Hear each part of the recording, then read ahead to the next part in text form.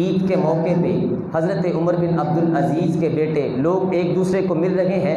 حضرت عمر بن عبدالعزیز کے بیٹوں نے پرانے اور خستہ کپڑے پہنے ہوئے ہیں، کپڑوں پہ پیبند لگے ہوئے ہیں۔ آپ نے اپنے بیٹوں سے کہا کہ بیٹے، تمہیں اس بات کی شرم تو محسوس ہو رہی ہوگی کہ ہم بادشاہ کے بیٹے ہیں، امیر المومنین کے بیٹے ہیں، اور ہمیں عید کے دن بھی اچھا اور عمدہ لباس میسر نہیں۔ تو آپ کا ایک بیٹا عبد الملک جو آپ کی زندگی میں انتقال کر گیا تھا، اس نے کہا ابا جی ہمیں آپ پہ فخر ہے، ہمیں اس بات پہ فخر ہے کہ ہمارے باپ نے خیانت نہیں کی ہے، ہمارے باپ نے دیانتداری کی ہے، اور ہمیں رب کی بارگاہ میں امید ہے۔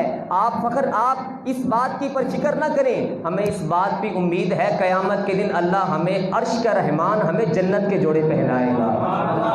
ہمیں امید ہے عرش کا رحمان ہمیں جنت کے جوڑے پہنائے گا، میرا وجدان کہتا ہے۔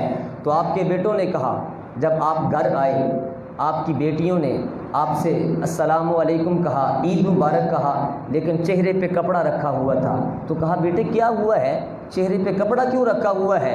تو کہا ابا جی جو آپ کو تنخواہ ملتی ہے 2 درہم، اس سے گھر کا نظام نہیں چلتا ہے، تو آج ہم نے پیاز کے ساتھ کھانا کھایا ہوا ہے تو ہمارے منہ سے بدبو آ رہی ہے، ہم نے اس لیے چہرے پہ کپڑا رکھا ہوا ہے کہ کہیں ہمارے منہ سے آپ کو بدبو محسوس نہ ہو۔ حضرت عمر بن عبدالعزیز رو پڑے اور اسی وقت سجدے میں سر رکھ دیا اور رب کی بارگاہ میں شکر کیا کہ مالک تیرا شکر ہے کہ عمر کے گھر میں حکومت تو آئی ہے لیکن عمر کے گھر میں دولت نہیں آئی ہے، حرام کا مال نہیں آیا ہے۔ میں جہاں اپنی اولاد کو کھڑا کرنا چاہتا تھا میری اولاد وہاں پہ کھڑی ہو گئی ہے، مالک تیرا شکر ہے۔ یہ پیاز کھا کے بھی تیرا شکر کر رہے ہیں، یہ پرانے اور خستہ لباس پہن کے بھی تیرا شکر کر رہے ہیں، مالک تیرا شکر ہے۔ میں جہاں پہ اپنی اولاد کو دیکھنا چاہتا تھا آج میری اولاد وہاں پہ کھڑی ہے۔ ایک موقع پہ آپ کی بیٹیوں نے کہا ابا جی جو لباس ہیں وہ سوٹ ہیں ہمارے وہ پرانے ہو چکے ہیں، خستہ ہو چکے ہیں، جگہ جگہ پہ پیبند لگے ہوئے ہیں، تو آپ عید کا موقع ہے ہمیں ایک جوڑا نیا لے دیں۔ تو آپ نے اپنے وزیر خزانہ کو رکا بھیجا کہ مجھے 1 مہینے کی تنخواہ ایڈوانس دے دو۔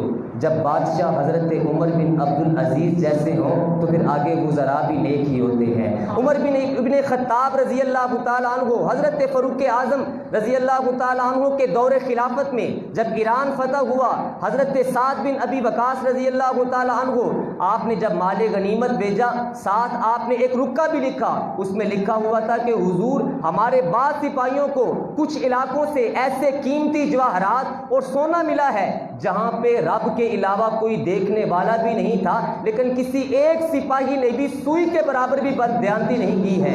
حضرت عمر ابن خطاب رو پڑے کہ میری رایا اتنی دیانتدار ہو چکی ہے۔ پیچھے مولا کائنات شیر خدا کھڑے تھے، آپ نے حضرت عمر کے کندھے پہ ہاتھ رکھ کے آپ نے فرمایا کہ عمر جب تو دیانتدار ہے تو تیری رایا کیسے بددیانت ہو سکتی ہے؟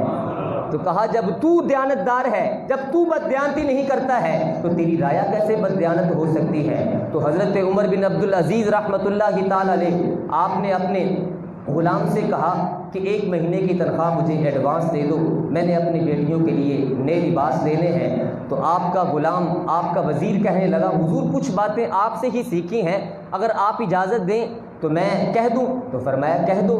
تو کہا حضور آپ نے 1 ماہ کی تنخواہ ایڈوانس مانگی ہے، کیا آپ کو پتہ ہے کہ آپ نے 1 ماہ تک زندہ بھی رہنا ہے؟ حضرت عمر بن عبدالعزیز کہنے لگے رب تیرا بھلا کرے، او میرے وزیر، نیک وزیر، رب تیرا بھلا کرے، تو نے ایک بار سوئے ہوئے عمر بن عبدالعزیز کو ایک بار پھر سے جگا دیا ہے۔ گھر آئے بیٹیوں سے آ کے کہا کہ بیٹیوں پرانے لباس پہن کے، پرانے لباس دھو کے ہی پہن لو، پرانے لباس دھو کے پہن کے رب کی بارگاہ میں کھڑی ہو جاؤ، مجھے امید ہے عرش کا رحمان تم پہ بڑا ہی راضی ہوگا۔